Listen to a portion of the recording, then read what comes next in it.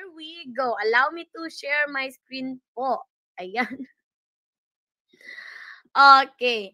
Nakikita na po ba yung screen ko? Visible na po ba? Check ko nga sa Facebook ha. Check ko muna sa Facebook. Ayan. Okay. Ayun. Meron na. Meron na talaga. Ayan. Visible na po. Okay. Again, teachers, our session today will cover item 101 to 150. Hopefully, matatapos. And matatapos talaga natin siya tonight. Okay? Now, syempre, before we start, hindi tayo pwedeng magsimula na wala tayong hashtag. Ayan. Coach Weng, ano ba yung hashtag natin tonight? Teka, maghahanap ako. Dito, ayan. Ang hashtag natin ay hashtag LPT Ready. Ayan. Patype nga ako, teacher, sa comment section, hashtag LPT Ready. Ako, halatang halata na kakaligo ko pa lang, no? Fresh na fresh ang mukha. Ganyan. Ganyan din ba kayo, guys? No? Hapon na naliligo. Okay, patype nga ako, teachers, para malaman ko kung ready na talaga. Hashtag LPT Ready. Ayan, nako. Kahit kaunti pa lang tayo ha, we need to start na po para at least ma-maximize natin yung oras natin. And don't worry, kahit hindi nyo man maabutan yung live, it's okay lang po. Kasi automatic naman na nire-record yung ating mga sessions at na-upload sa ating page. Okay? Sige nga, ulitin ko, hashtag LPT Ready sa comment section po.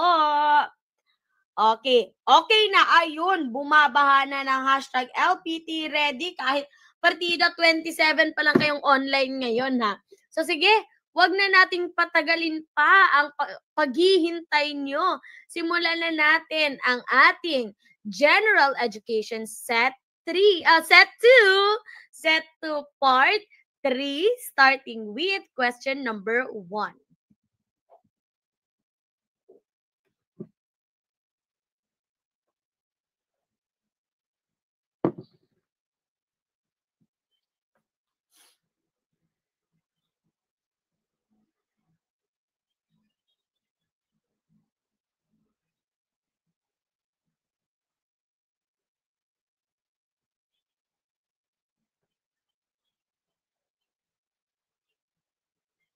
Okay, 101, the corona and coronavirus means. Now, etong corona meron kasing brand ng beer na ang pangalan niya ay Corona. So, it's not actually named because of that beer, but the reason behind the term corona in the coronavirus is because the physical appearance of the virus. Yung mukha kasi ng coronavirus, meron siyang mga spikes around it, which looks like a crown. Kaya tinawag siyang coronavirus because of its spike protein na nakikita sa surface niya. So, 101, correct answer, letter C, cat. C, cat tayo. Okay, 102.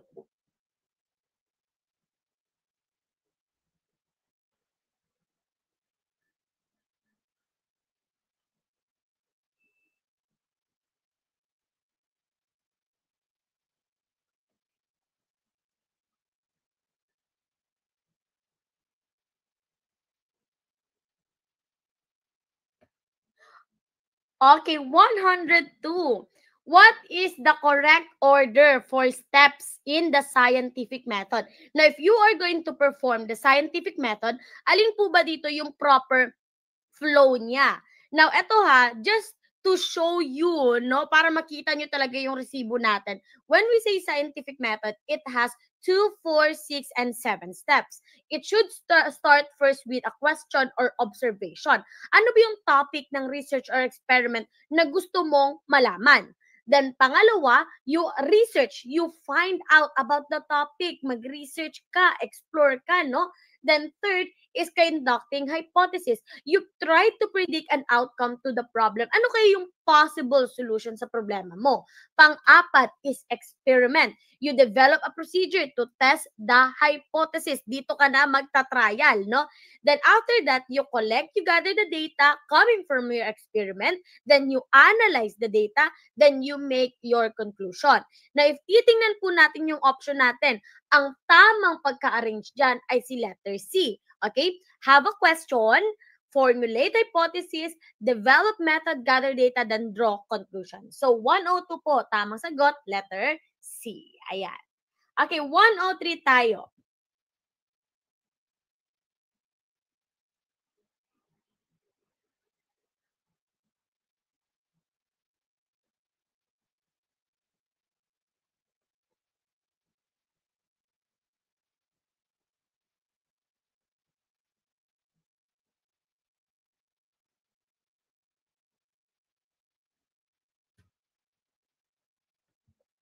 Okay, 103 tayo.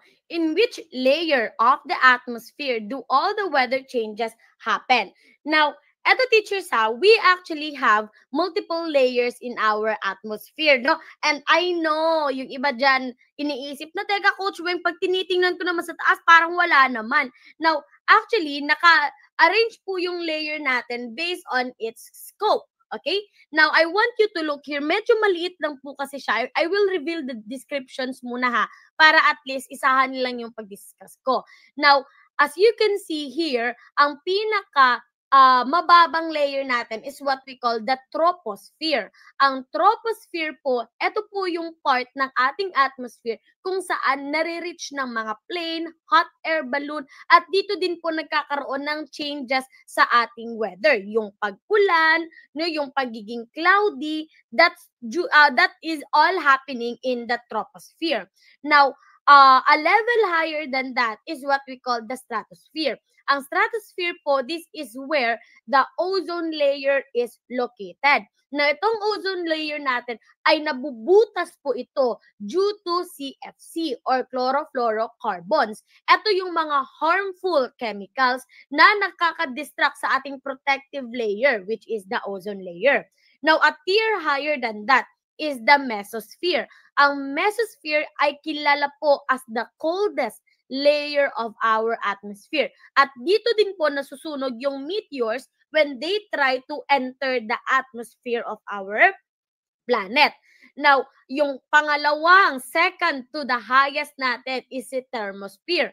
Ang thermosphere po, kung si mesosphere ha is the coldest layer, si mesosphere rather is the coldest layer, si thermosphere naman po is the hottest layer. Now, tinatawag po siyang hottest layer dahil dito po nasusunog yung mga aurora at tinatawag din po siyang ionosphere because it is recognized as an ion-rich region of our atmosphere.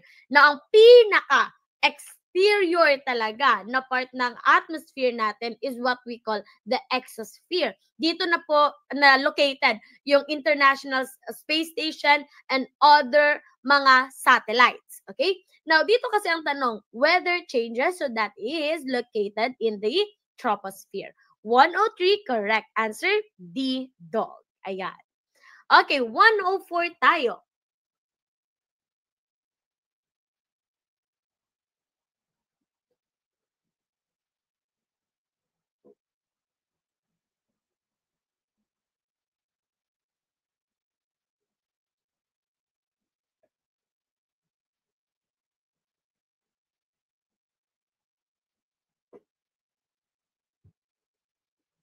Okay, 104. Which law of force and motion explains this occurrence? Ito po yung occurrence ha. When a rocket is propelled upward by the powerful downward discharge of exhaust gases. Now, hindi ba kayo nagtataka, teachers, kung bakit yung movement ng isang rocket ay pataas kung yung kanyang movement ng gas naman or powerful discharge ay pababa. No, bakit yung movement ng rocket, the rocket itself ay paakyat, meanwhile, yung kanyang gases, yung sinusunog, ay pababa. Anong reason behind that? Now, this can be associated with the laws of motion.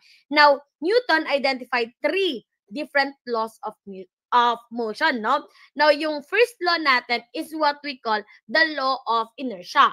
Ang law of inertia ay nagsasabi that an object at rest will remain at rest unless na lang an unbalanced force act upon it. So, for example, yung isang bagay na nakapatong lang, hindi po talaga yan gagalaw unless na lang kung itutulak mo. That is the external force. Now, the second law of motion is what we call the law of acceleration. Now, the law of acceleration states that yung pag-accelerate, pag-change ng speed ng isang object depends on the mass, yung bigat niya at yung amount ng force that is applied on that object.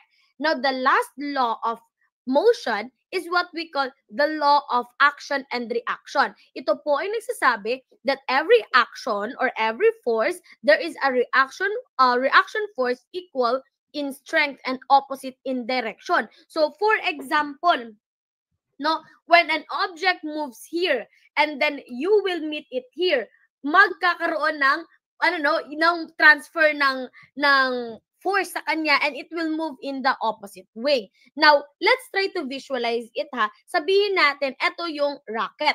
No, napapansin nyo, kagaya na explanation ko kanina, yung movement ng force ay pababa. Kasi 'di ba, no, nagbo-burn siya ng fuel and then yung fuel creates this powerful gas that is moving downward. Now, since that force is moving downward, it pushes the rocket to move upward, pataas po siya. And that can be explained to the third law of motion, which is action and reaction. So 104, tamang sagot, letter B, boy. B, boy. Okay, 105 tayo.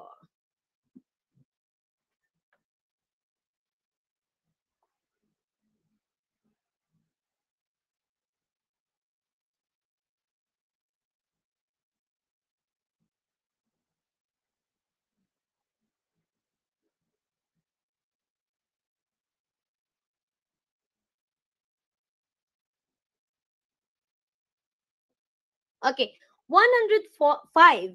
Which of the following forms of energy is demonstrated by a tightly coiled spring? Now, do not answer itong mga steam and chemical ha, kasi medyo malayo na talaga yan siya, no? So, pili na lang kayo, is it kinetic or potential? Now, Coach Weng, ano nga ulit ang pinagkaiba ni kinetic energy and potential energy? Take note, when we say kinetic energy, this is energy in motion. Lahat ng bagay na gumagalaw. Okay? Anything na gumagalaw, may kinetic energy yan. Now, when we say potential energy, that is energy at rest or yung energy nang hindi gumagalaw.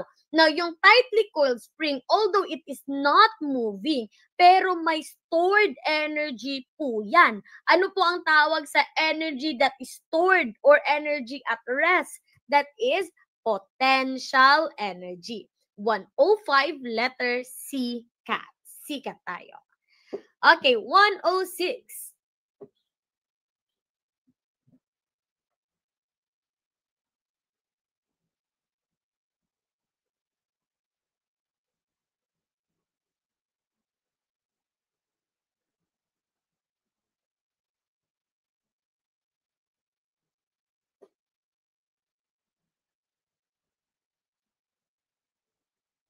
Okay, 106 tayo. Which of the following process takes place when ice cubes form vapor without passing through liquid state? Now, ito teachers may request po ako. I want you to take a screenshot of this. Pag-screenshot po nito, napaka-importante po niyan kasi ang daming mga tanong na kayang sagutan ng picture na to. Now, this picture or this visual represents the changes in state of matter. Yung gas magiging plasma, yung plasma magiging gas, yung gas magiging solid, solid magiging gas, gas magiging liquid, liquid magiging gas, liquid magiging solid, at solid magiging liquid. Now, I want you to memorize that. Yes po, memoryahin talaga yan. Now, dito kasi ang hinahanap, ice cube, naging vapor. So, from solid, naging gas na hindi dumadaan ng liquid state. Now, if ang isang solid, biglang naging gas, ito, solid, naging gas, we call that sublimation. 106, C pa rin. Letter C. Okay, punta tayo. 107.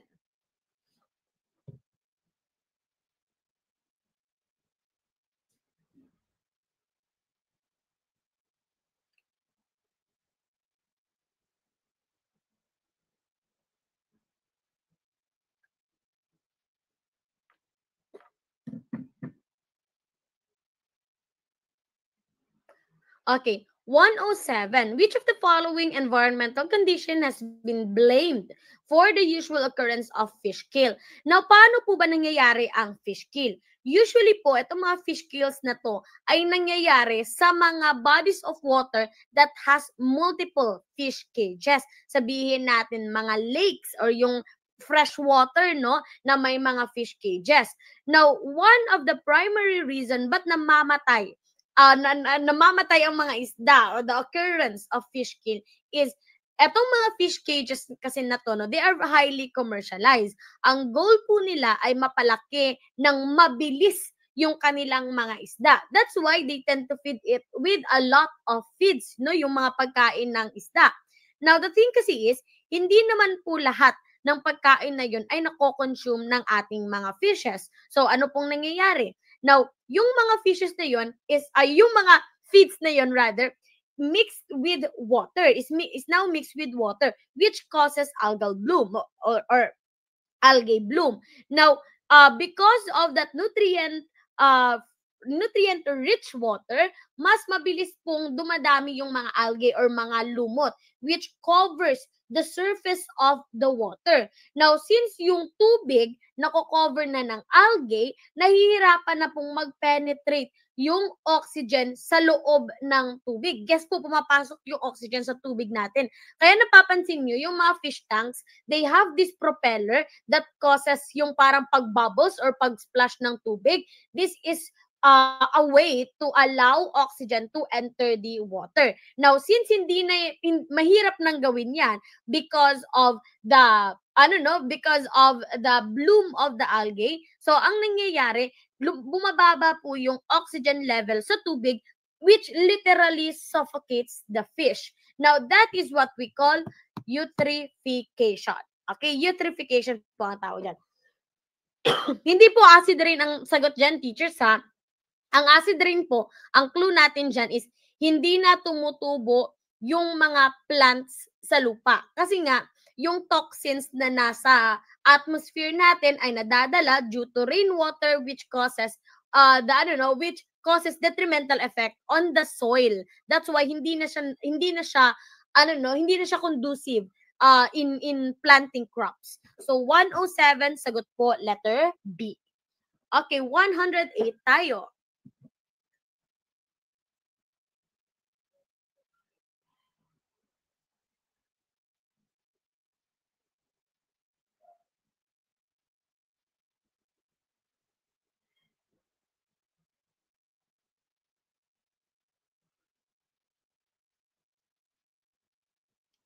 Okay, 108. Which planets are known as twin planets because of their almost similar size and mass? Eto, teachers, ha, pag ang hinahanap, twin planets, kambal in terms of size, no?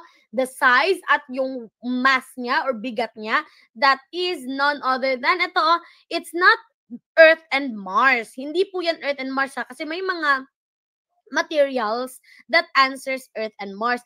Teachers, just by the visuals pa lang, tingnan nyo, medyo maliit talaga yung Mars compared kay Earth. Ang ating twin planet po is Venus and Earth. Tingnan nyo, they almost have the same size and the same mass. So, 108, sagot po, letter B, boy. B-boy tayo. Ayan. Okay, 109.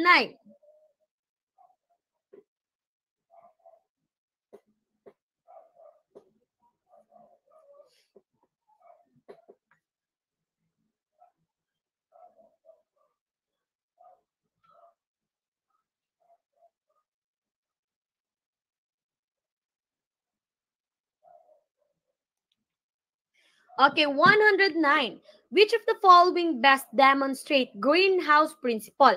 Na itong greenhouse principle, teachers ha, literally means yung parang greenhouse na nakikita natin sa mga garden.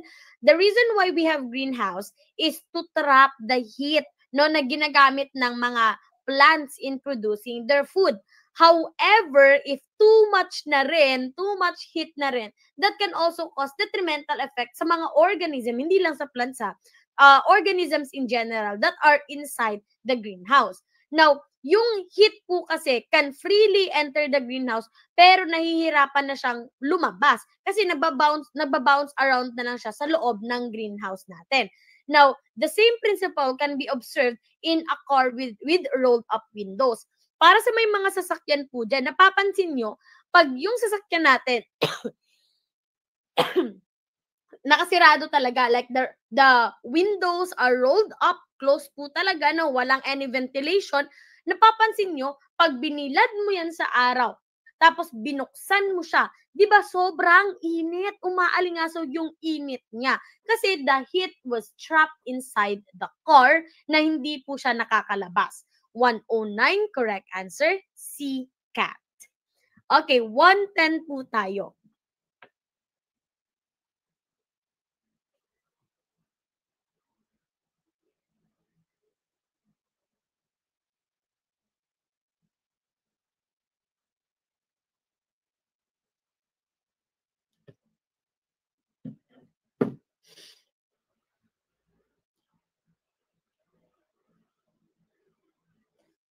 Okay, 110.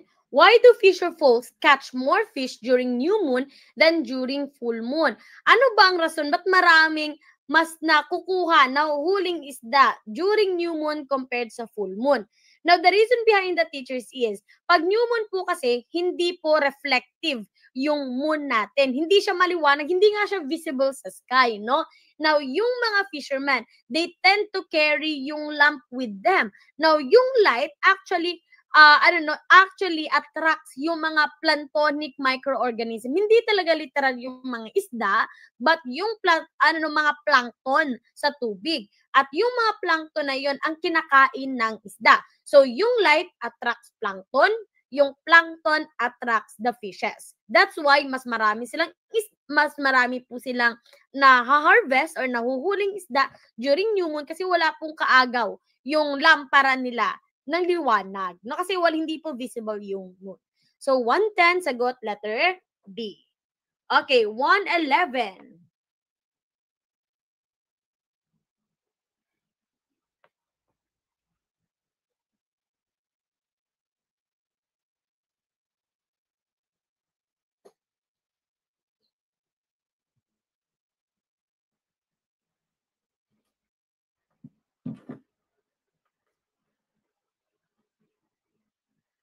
Okay, 111. Which part of the brain is responsible for memory and intelligence? Now, eto, teachers, ay papakita ko sa inyo yung parts ng ating brain. Now, etong nakikita nyo dito, this is cerebellum. Eto, the green part. Ang cerebellum po is responsible for movement, paggalaw, no? And that includes balance, coordination, and postura. Anything that is related to movement, cerebellum po ang responsible dyan.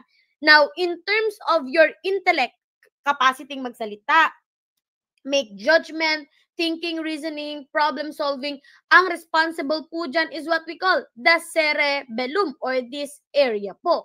Now, itong medulla oblongata, yan naman po ang responsible for involuntary movements kagaya ng pagbeat ng heart, paghinga, no, and a lot more.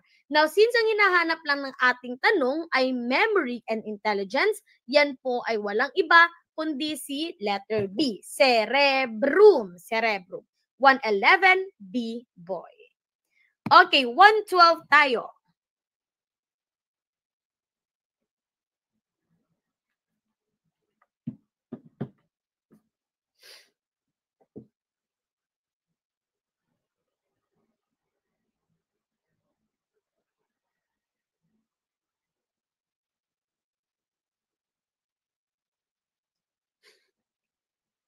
Okay, 112. What science deals with the study of outer space?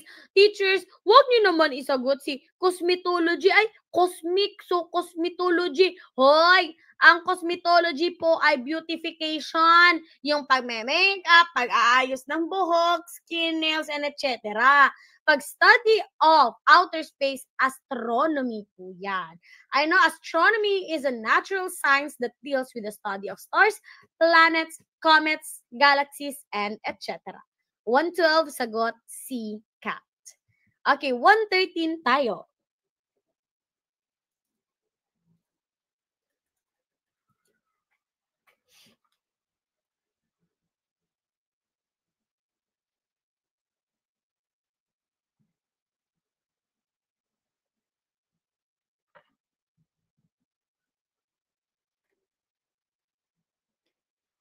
Okay, 113 of the following situations.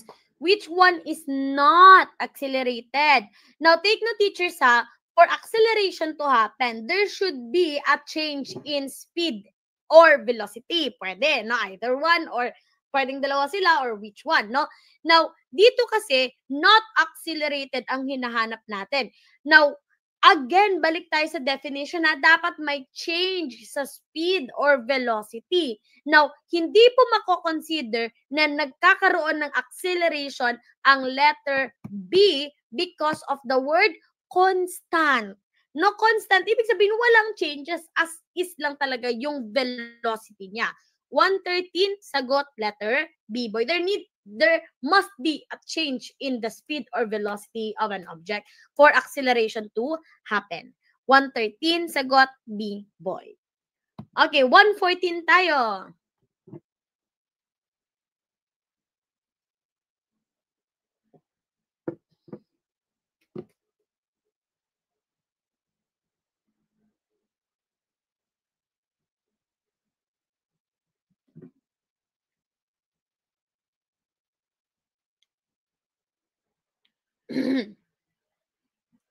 Okay, 114 tayo.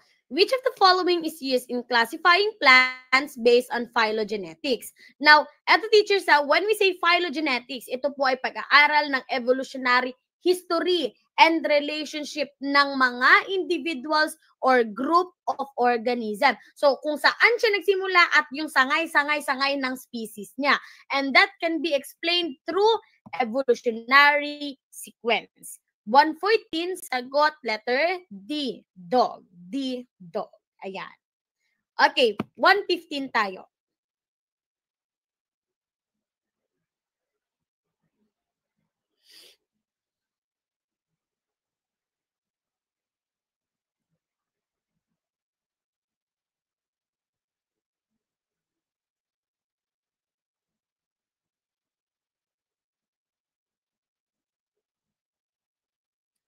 Okay, 115, the father of modern taxonomy and responsible for classifying man as Homo sapiens is blank. Sino kaya ang father of modern taxonomy? Okay, hindi yan si Aristotle. Aristotle is the father of modern science. Si Mendel naman, siya po ay kilala as father of genetics. Hindi din po yan si Charles Darwin, because Charles Darwin is recognized as father of evolution. So pag father of modern taxonomy, that is Carl Linnaeus. 115, sagot letter C, cat. Ayan. Okay, 116 tayo.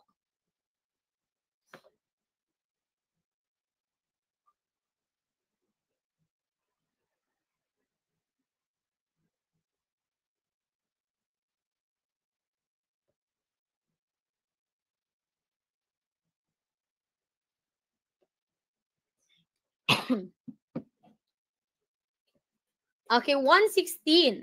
The thin structure used by amoeba for its movement, changing its shape and food, getting is called blank. Ano ba yung parang tail ng ng amoeba na ginagamit niya sa paggalaw? Now, yung tail na yon is what we call microfilaments. Okay? Ang microfilaments po is a cellular contraction in a basic cell movement. For example, ito yung amoeba cell. Ito yung kanyang parang tail-like, which allows it to move. So that is letter D, dog. D, dog. Ayan. Okay, 117 tayo. Ito, pabalik-balik tong tanong na to sa let, ha?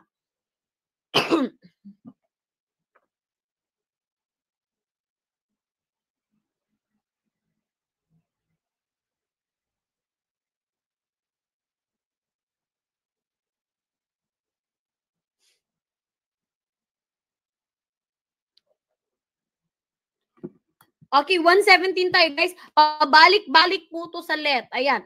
The openings underneath the leaves that serve as the breathing organ of the plants are called blank. Pabalik-balik yan. Now, yung ano na to, no, breathing organ na to is actually the passageway ng pag-enter at exit ng gases sa isang plant. And that is what we call a stomata. 117, correct answer, B, boy. B, boy. Ayan. Okay, 180. Ito, it looks like this. Oh, parang may mga small openings sa underneath ng plants natin. So that is letter B, B, boy. 118. Oh, ito, na-mention na natin yan kanina.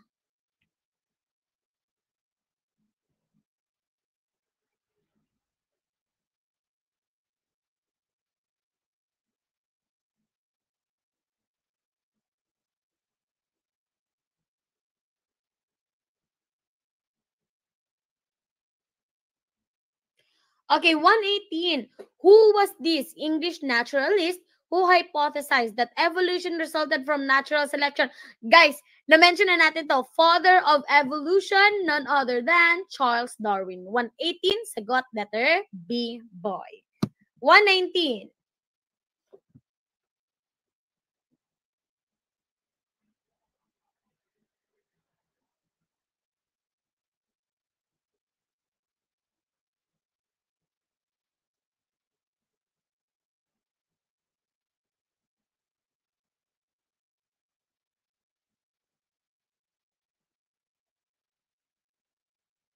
Okay, 119.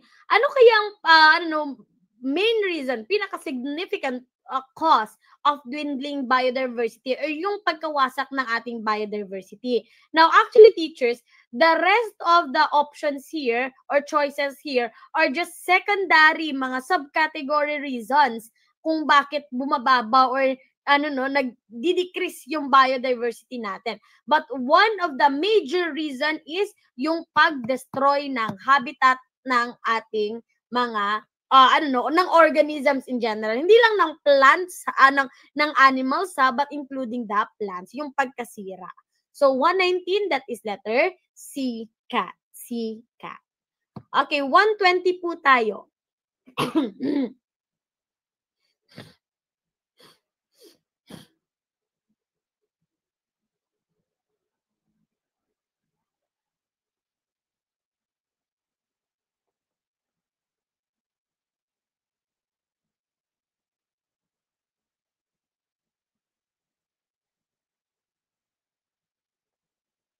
Okay, 120. Secretes insulins that aid in the regulation of sugar in the body. Now, teachers, anong organ po ba ang responsible sa pagsisikret ng insulin natin na nagre-regulate ng sugar sa ating katawan? Now, hindi po yan kidney because si kidney nag-act as filter ng ating body. Hindi din po yan si liver. Ang liver po ay naproproduce ng bile at nagbe-break out at nagbabalance ng nutrients natin. Now, is it pancreas or thyroid? Alin kaya sa dalawang to? Pancreas or thyroid? That is pancreas po. 120, correct answer, C, cat. Okay, 121.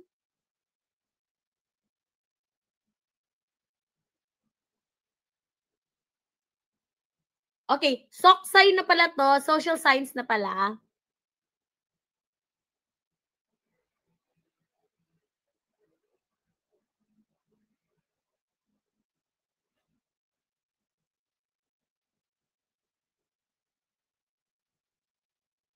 Okay, 121, which is a check on the executive department by the judiciary in the principle check and balance among branches of the government. May isa pa pala akong request, teachers. Pwedeng pa-screenshot po nito. Pa-screenshot nga nito. Ayan. Ito kasi is what we call a visual representation of check and balance. Ang check and balance po ay ginagawa ng three branches of the government, which is the executive, legislative, and judiciary. This is done to ensure na wala pong nag-overpower, walang lumalampas sa kanilang limit, walang nagmo-monopolize ng authority within the three branches. Now, ang tanong kasi, which is a check on the executive? Sino yung chine-check natin? Si executive. Sino ang nang-check? That is judiciary. Now, if the judiciary conducts a check and balance to the executive, this one is representing lahat na this includes the president. So, if the judiciary checks the executive department, this is where the judiciary declares presidential act as unconstitutional. So, that is letter D, declaring an act of presidents unconstitutional. 121, letter D, dog. D, dog. Ayan. Okay, punta tayo 122.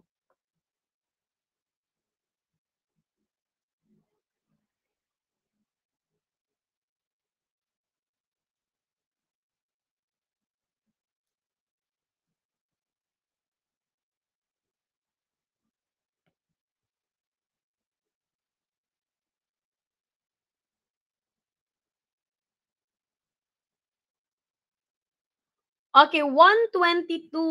Whose philosophy advocates the use of reason in understanding the existence of God? Isa din po ito sa mga pabalik-balik na mga tanong, ha.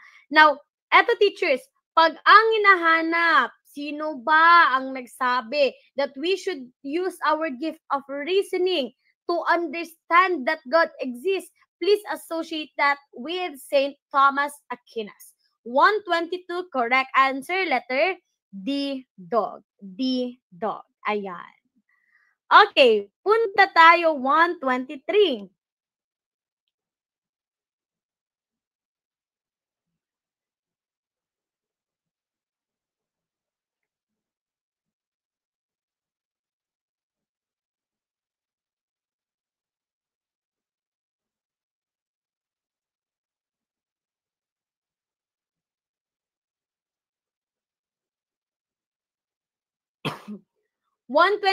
Which policy of the state provides preferential attention to the welfare of the less fortunate members of the Philippine society? Ito yung mas pinaprioritize yung mga nasa marginalized sector, yung mga kailangan talaga ng tulong. Now, that is abiding to the principle of what we call social justice. So, kung sino pa yung mas nangangailangan, sila yung tutulungan. So, 123, letter A, apple.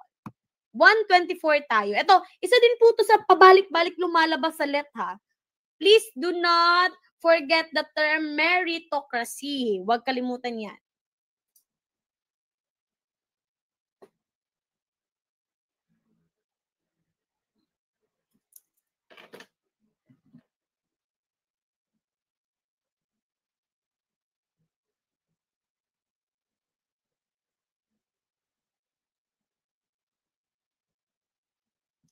Okay, 124. What is the possible consequence of meritocracy in the social system? Pag sinabi nating meritocracy, this is the this is a recognition of those individual who are talented, individual with talent, individual na may achievement. So mas pina-prioritize yung may capacity, yung may capacity compared to social class, compared to kakilala system, and etc. Now, if meritocracy kasi ang susundin natin, that means most likely yung ating ihahalal ay yung mga taong may talento, may galing, may kakayahan talaga. So, 124, sagot po, letter B, boy. Okay, 125.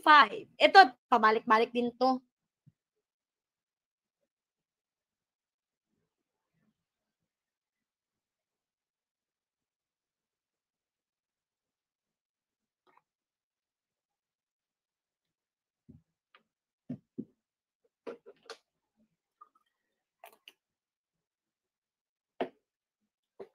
125.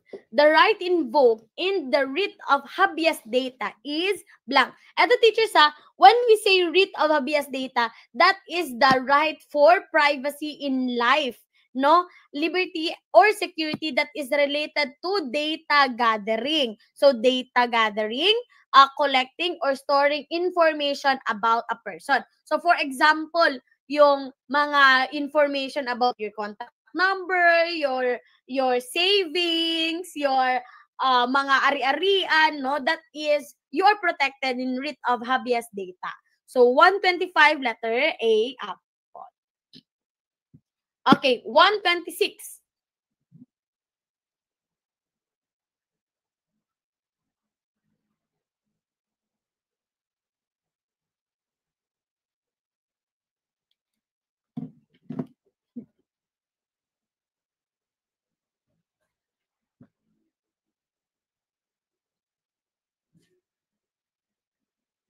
126, which is the fundamental law of land.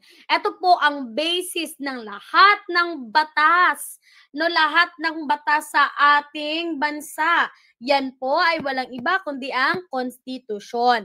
Ang Constitution po ang fundamental and supreme law of country. Walang nakakaangat sa batas kahit na presidente. 126 letter B, boy. 127 tayo.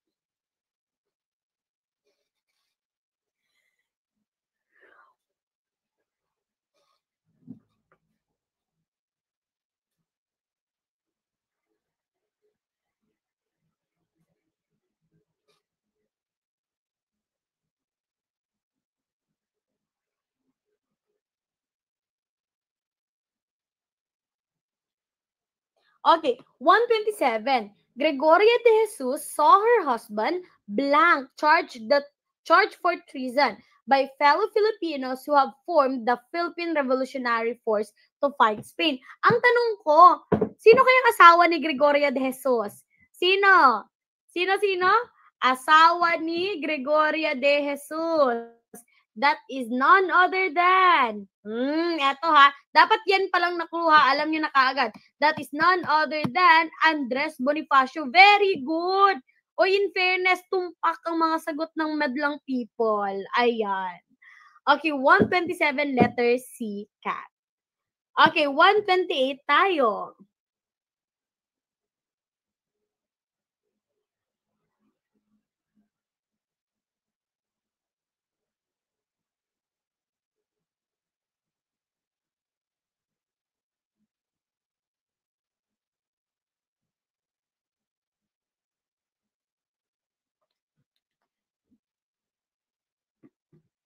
Okay, 128. What did Nelson Mandela mean to South African and rest of the world? He gave up armed struggle and chose the peaceful way to freedom. Nelson Mandela is a world leader who is a model of blank. Eto si Nelson Mandela he decided kasi instead of fighting using firearms, he chose the peaceful way. And with that, siya po ay naging simbolo ng non-violence. 128 letter C, cat. 129 tayo.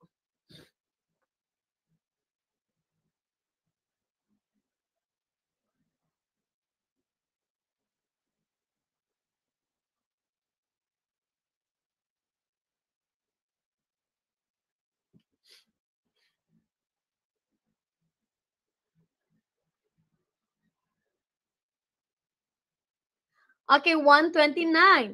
Which band played the Marcha Nacional Filipino of the national anthem on June 12, 1898 during the declaration of Philippine independence? Anong banda kaya to? Tingnan ang gumawa po ng tune. Actually, wala pa siyang lyrics before. Dati, nung una siyang, pinipinay or pinatugtog, ano pa lang talaga, like tunog lang siya. And that was done by the Malabon Band. Ayan, Malabon Band. Okay, so letter C, cat. C, cat tayo. Okay, let's go. 130.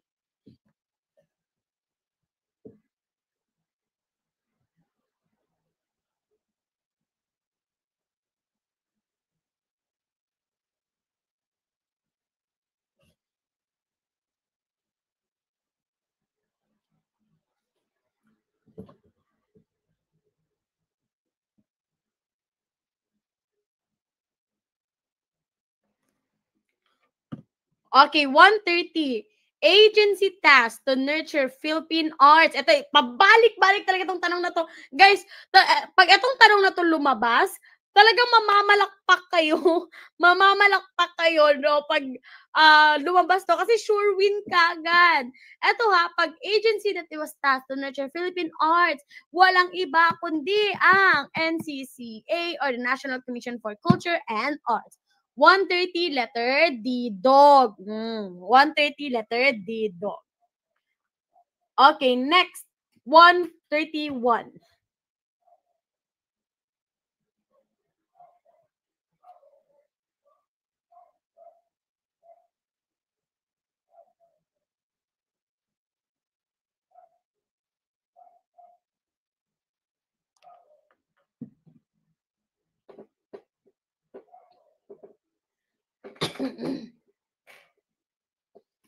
Okay, 131.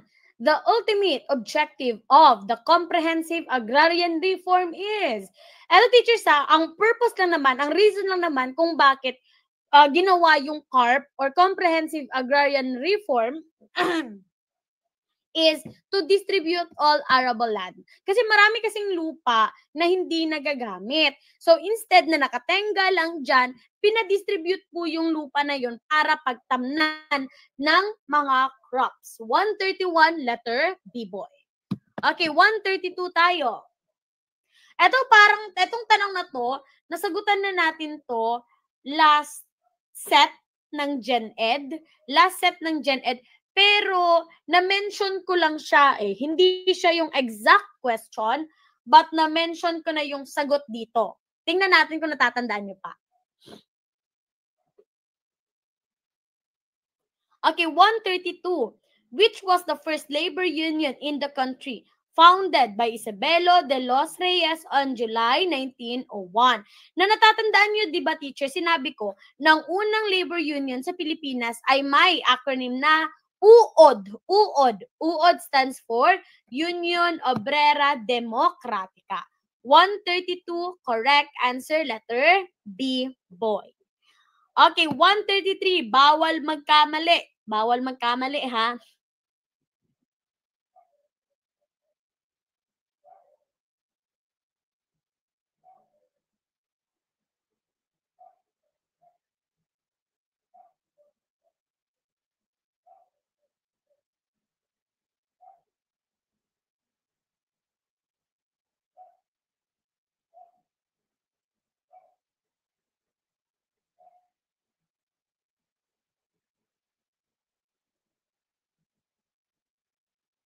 Okay, 133. Through the galleon trade, 1565 to 1815, the Philippines had extended contacts with, ito pabalik-balik, that is Mexico. Specifically sa Acapulco. Acapulco, Mexico, then Manila, Philippines. 133, letter D, do. Okay, 134.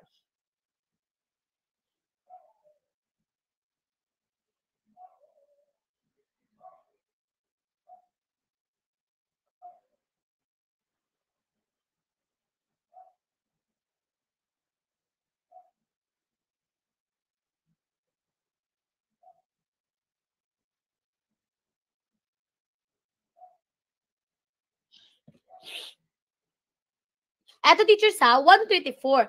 How many days are needed after which an enrolled bill becomes a law? Kailan po ba to? No? Eto teachers, regardless kung napirmahan ng presidente or hindi, nagiging batas po ang isang bill after the 30th day. Ayan. So, 134, correct answer, D, dog. 135 tayo.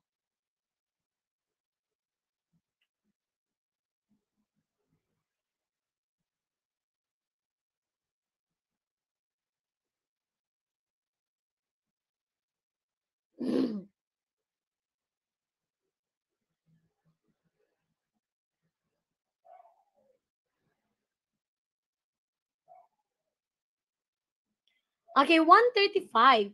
What law passed on August 1909 by the U.S. Congress established a partial free trade in the Philippines? Ito teachers ha, para di nyo talaga makalimutan. Pag partial free trade. Partial, PPP. Ang sagot dyan ay Payne Aldrich. Pag partial free trade, Payne Aldrich. Pero pag full, full free trade, ang isasagot ay Underwood Simons. Ulitin ko, partial free trade, Payne Aldrich. Full free trade, Underwood Simons. 135, letter B, boy. 136.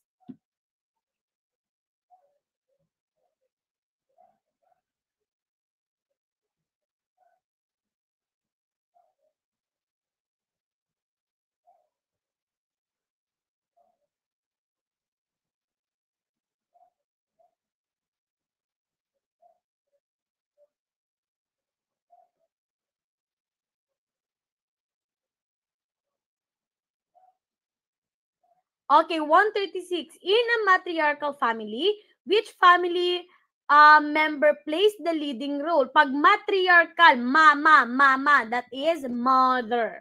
136, letter B, boy. Okay, 137.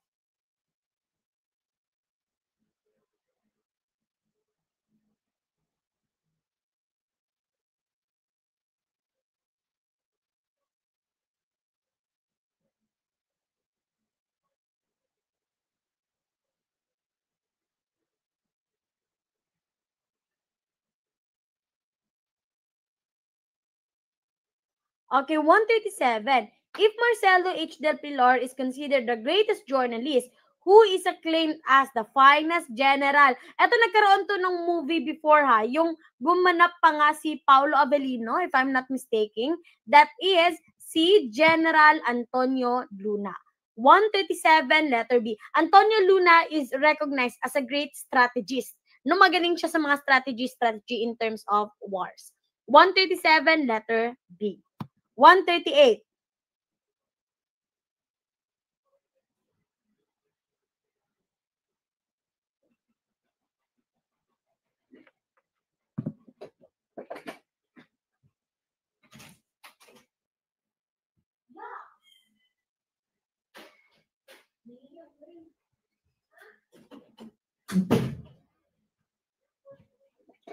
Okay, 138. Sorry for that. Who led the longest revolt against the Spaniard? Eto, tandaan niyo po to ha.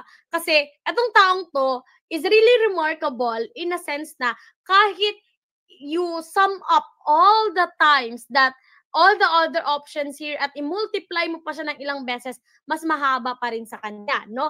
At sino yung tinutukoy ko? That is Francisco de Gojoy.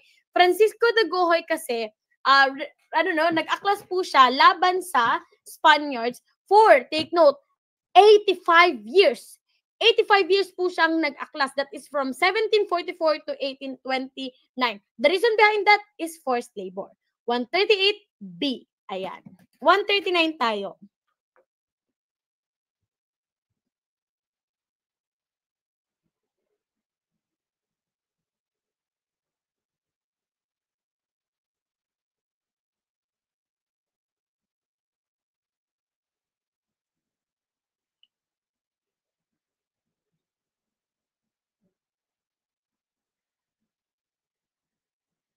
Okay, 139.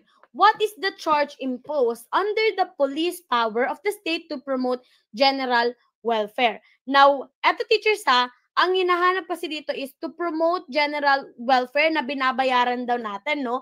That is what we call tax. Ang tax po kasi, ginagamit po yan to fund the government projects, mga government expenditures na kailangan ng mga tao. For example, libreng pabahay, yung road widening projects, mga ospital, libreng gamot, so on and so forth. Lahat po yan ang gagaling sa tax natin. Lahat po tayo nagko-contribute.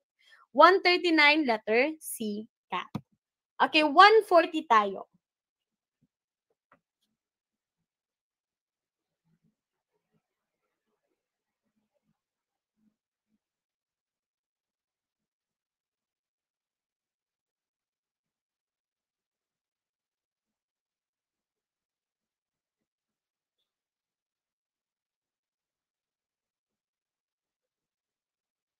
Okay, 140. The Filipinos Ningas Kugon attitude points to its lack of, di ba when we say Ningas Kugon, mabuti sa umpisa, pero pagkalaunan, nawawalan na ng gana. For example, ngayon, ang sipag-sipag pang mag-review, pero pagkalaunan, tinatamad na. That shows lack of discipline. 140, letter B, boy. Okay, 141.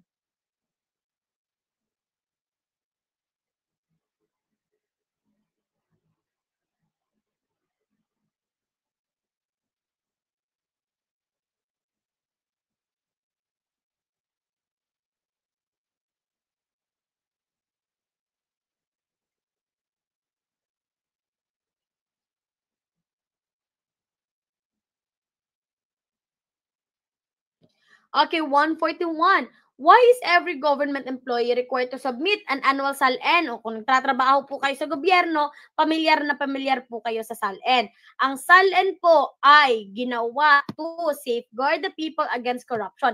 Kasi pag government, pag government worker ka, you need to live a simple life and you need to make the ends meet. So, dapat kung magkano yung sweldo mo, ganun lang din yung lifestyle mo. At sa SALN, nakikita talaga yan. Kung sumusobra ka ba, sumusobra ka ba sa possible lifestyle na kaya mo given your salary and whatnot. 141, sagot, letter B, boy. Okay, punta tayo 142.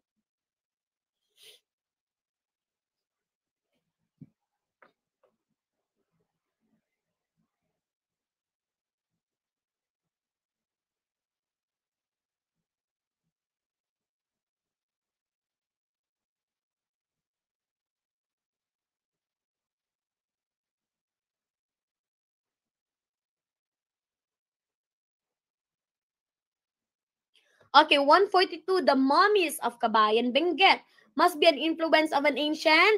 Sino pa ba yung kilala na nagmamamify ng kanilang yumao? That is the Egyptians po. Ayan, comparison na.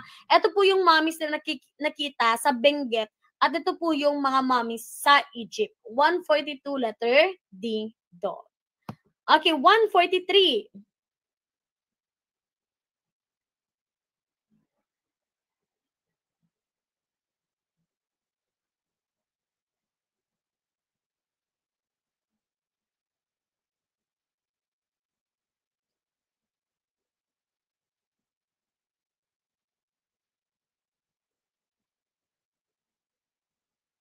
Okay, 143. In what instance is the Filipino double standard morality show? Now, when we say double standard, pwede sa isang group of individual, bawal naman sa other group of individual. For example, pag umiyak ang babae, okay lang. Pero pag lalaki umiyak, medyo pinagtatawanan. Same idea lang din po yan sa a married man who flirts with someone else other than his wife seems acceptable, but a married woman magpa-flirt sa lalaki is condemned, no? May mga kasabihan pa nga na, ay nako, lalaki lang talaga. Ay nako, hindi po pwede. Parang may pinaglalaban ka, coach. Hindi naman. 143, letter D. Okay, 144.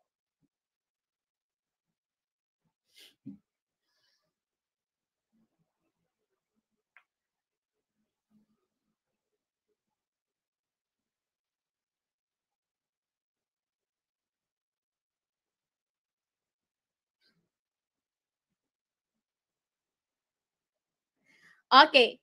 144. Children learns culture from parents and teacher. What is the process called?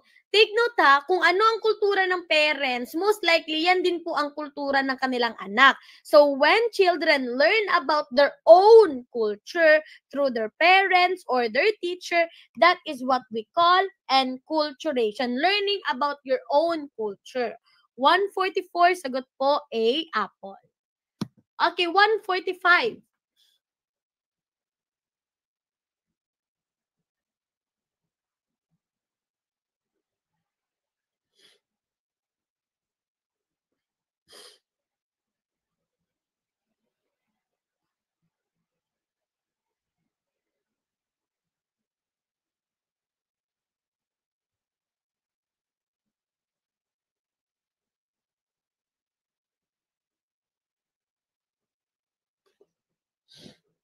Okay, 145. Governor General Narciso Claveria issued a law that required Filipinos to adopt Spanish and indigenous surnames from Catalogo Alfabetico de Apellidos to facilitate efficient tax collection.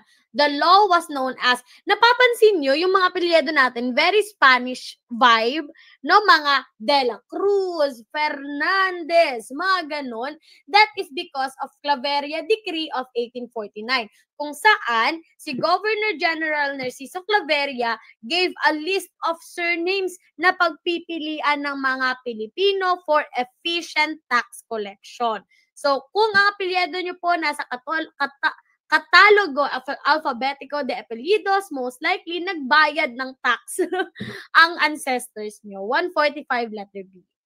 Okay, 146.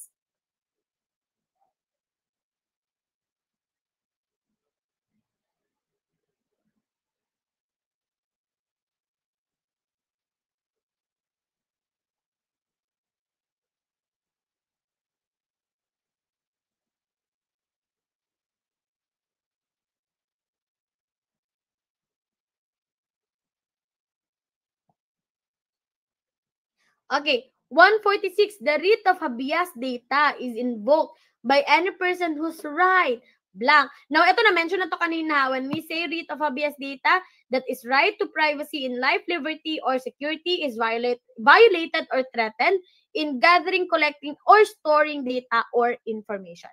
So, 146, sagot po, letter D, dog. Okay, 147.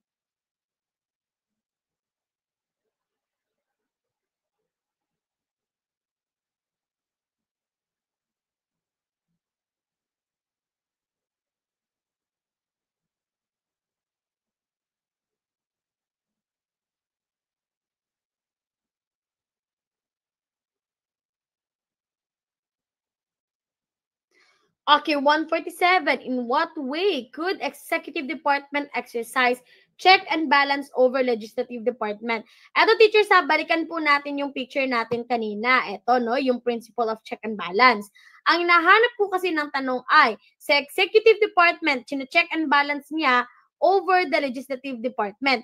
This is when yung president could veto a bill. Ito, yung executive department checks and balance the legislative. This is where the president himself will veto a bill that was made by the legislative department. So that is letter A, apple. Okay, 148 tayo.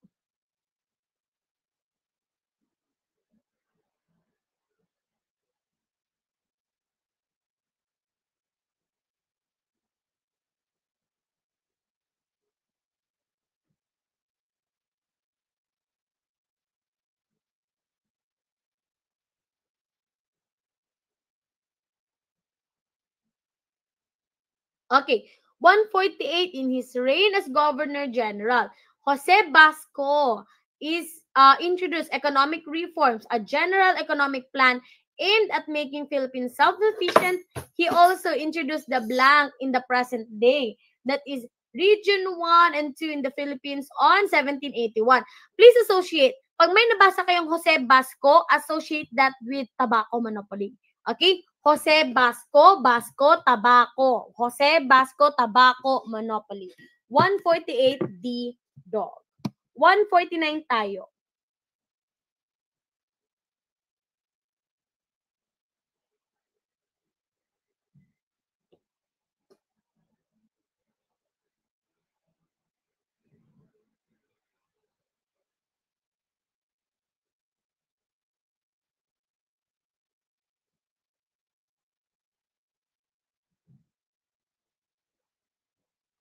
Okay, 149. The New Yorker tagged her as the pianist, and as such, a young age, won the prestigious Leventritt Gold Medal. She is a Filipino pianist who is internationally renowned and has played in various world greatest orchestra. Eto, teachers, napakahaba kasi ng tanong, no? Sobrang lengthy ng question. Pero gamitin lang natin na palatandaan si Leventritt, okay? Leventritt Gold Medal. Kasi isa lang naman dyan ang nakakuha ng Leventritt Gold Medal. Now, when you read the term pianist, 11th gold medal, associate that with likad po. Ayan. 11th gold medal, likad. Ayan. 149D dog. And last question tonight.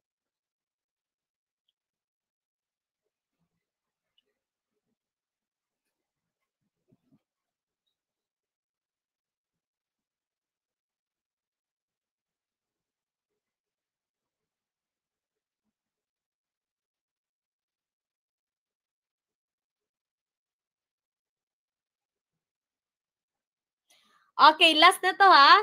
This settlement policy was meant to centralize the Filipino community where churches, convent places, complexes were clustered. By this, the Spaniards could apparently monitor the movement, Filipino preventing thus protests and for efficient collection of taxes. Now, dati po kasi yung mga Pilipino, medyo malayo-layo po yung mga bahay nila from each other. Now, this was done to force Filipinos to live in town. No, yung mga nasa malayo, pinapatira nila sa may town proper mismo para mas madali nilang ma-monitor kung yung mga Pilipino ba nagpo-protesta at mas madali po silang makolektahan ng tax. Ano pong tawag dyan? That is reduction. Ang reduction po, no, ay pag-engganyo sa mga Pilipino na mamuhay malapit sa town proper. 150 correct answer, letter D, dog. And that ends General Education Set 2. Tapos na po tayo from item 1 to 150. Now, teachers, kung hindi nyo po, kung hindi nyo po nabilang yung scores nyo, that's okay. Wala po yung problema. Okay? If you want po na balikan yung part 1, kasi this is part 3, pwede nyo lang pong scroll down yung ating mga videos. Hanapin nyo lang po si part 1 and 2 still available in our page. Okay? And since we are done, I'm not gonna hold you any longer po para makapag-rest din po kayo kasi sure ako yung iba dito galing pa sa trabaho. So that's it for tonight. Daghang salamat everybody and see you this Sunday. See you this Sunday. Thank you everyone. Daghang salamat po.